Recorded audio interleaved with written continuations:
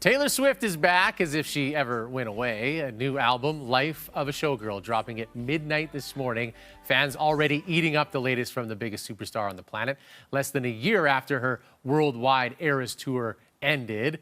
But what makes Taylor Swift's music so irresistible for so many people? Alexander Carpenter is a professor of music at the U of A and teaches a course on pop music analysis, which is fascinating. So you've written about the song in particular from Taylor Swift, Shake It Off, because of its structure. It seems simple to the ear, but it's not. Can you explain that? For sure. Well, I chose that song to include in my analysis class.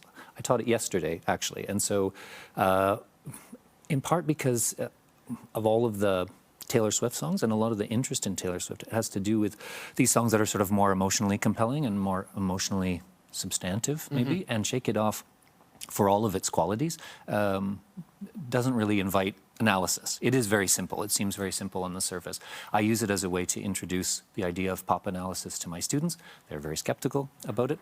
But the interesting thing about Shake It Off and why I'm interested in doing pop music analysis at all is that songs are sonic things. So as a musician, as a musicologist, I'm interested in the bones, sort of taking it apart and figuring out how they work. So you're right, Shake It Off on its surface is very simple. There's almost nothing to it.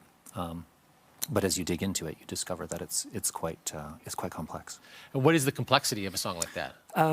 Well, I mean, I started looking at it from the premise of, how does this song even work at all? How is it even a song? It has 3 chords. It has a very short drum loop. It's not particularly melodious, but it is a total earworm. It stayed on it charted high. It stayed on the charts for years. It's still, you can listen to it over and over again. So what is the explanation for that? So you have this relative simplicity on the surface. And as you dig in, you discover, I discovered, one of the ways that this song works is through this very sophisticated kind of layering, so that it starts very thin and it gets thicker. It's the simplest way to say. And so it has a very clever sort of built-in momentum that catches the listener and pulls them along. So she has songs that are very deep, and then some that don't seem that deep, but actually sonically are. Yeah. So there's a lot going on there. You've compared her performance to that of Wayne Gretzky. Can you talk about that? Oh gosh, yeah. Well, yeah, I think, if anybody who sort of grew up, playing hockey, interested in hockey, and remembers especially young Wayne Gretzky, there is on the one hand there is this seeming effortlessness, that Wayne Gretzky as a player was intuitive, and everything seemed quite effortless. And then, of course, along with that, there's the awareness that this is years and years and years of grinding and a deep, deep awareness of the game.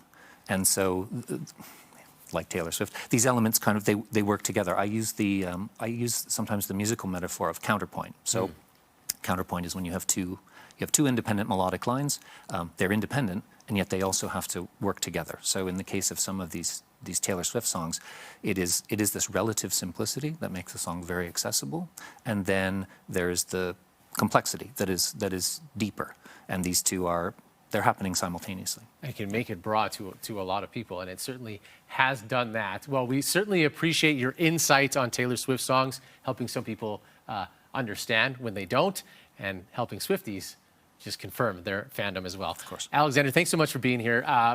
There are a number of watch parties around Edmonton today, including a party at the Starlight Room, a film attached to this album release, so you can go check out that if you're so inclined.